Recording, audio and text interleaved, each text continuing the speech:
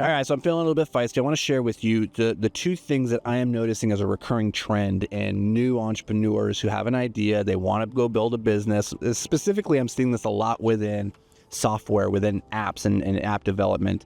For whatever reason, I keep hearing the same two things over and over recently, and it's starting to annoy me, so I just wanted to do this podcast.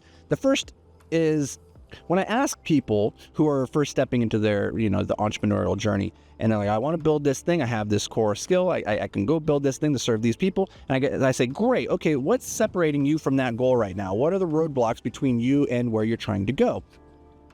And quite often, what they will tell me is they need money. They need investor capital to go and fund the thing, or they tell me they need to go and build the team first before they need the money to build the team, right? All that. And I'm like, that doesn't feel like the true constraint of the business here. If you need money to go build a thing that would make you money, then you are doing it wrong. What you really need is a product and a customer. That's all. That's what you need. And when I hear people say like, oh, I need investors to invest in my thing, to take a risk on me, and then I need a team, I need to go get my CTO, my co-founder, all this stuff, all I think is this person's probably not going to make it very far in this game because they're focusing on the wrong things. They don't fundamentally understand that the goal of a business is to deliver a product or a service to a customer. And what you need is simply a product or a service and a customer. And so in the beginning, all your time, your focus should just go towards developing your product. And that doesn't have to be as robust as you think it does. You don't need millions of dollars of funding in 99.9% of cases to prove that there is a market out there for what you want to build to be able to go and sell it.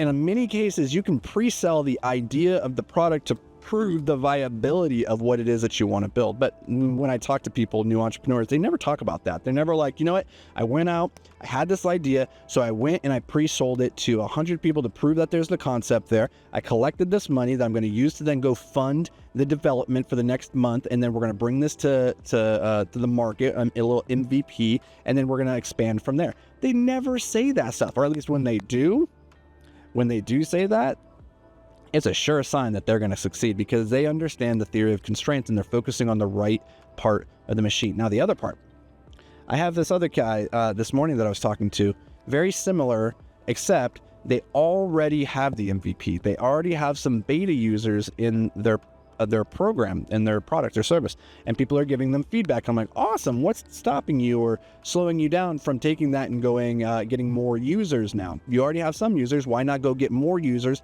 bring them in, keep getting more feedback, use that feedback loop to improve the product.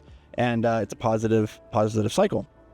Well, he goes, well, me and my partners were in school and we graduate next year. My partner graduates the year after. And we said that we were going to focus on school this year. And then we would focus again on this app next summer to take it to that next level.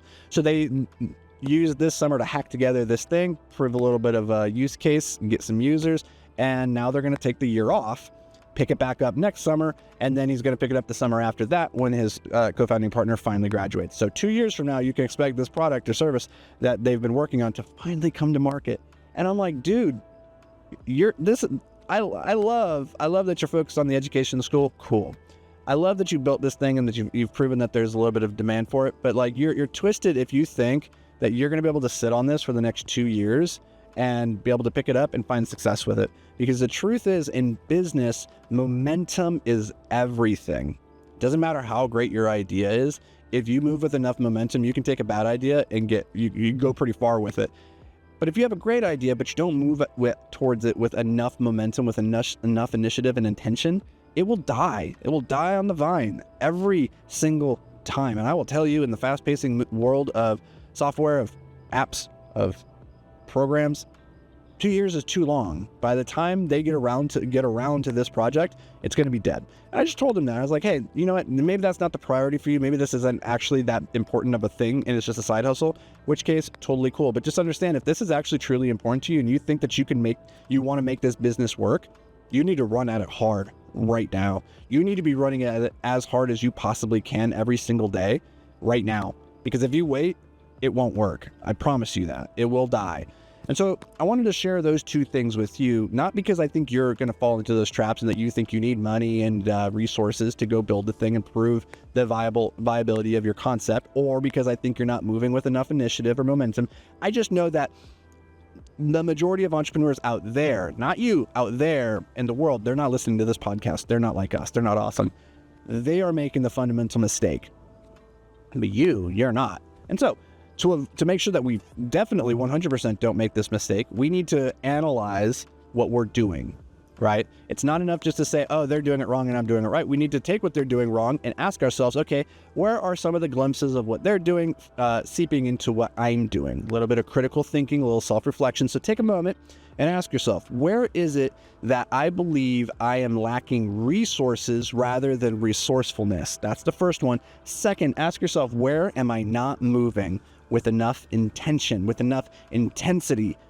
Ask yourself those two questions, answer them, and then you have clarity as to what it is you need to tackle, what you need to run towards, like that Dickens, over the next 3 months. Now go get it.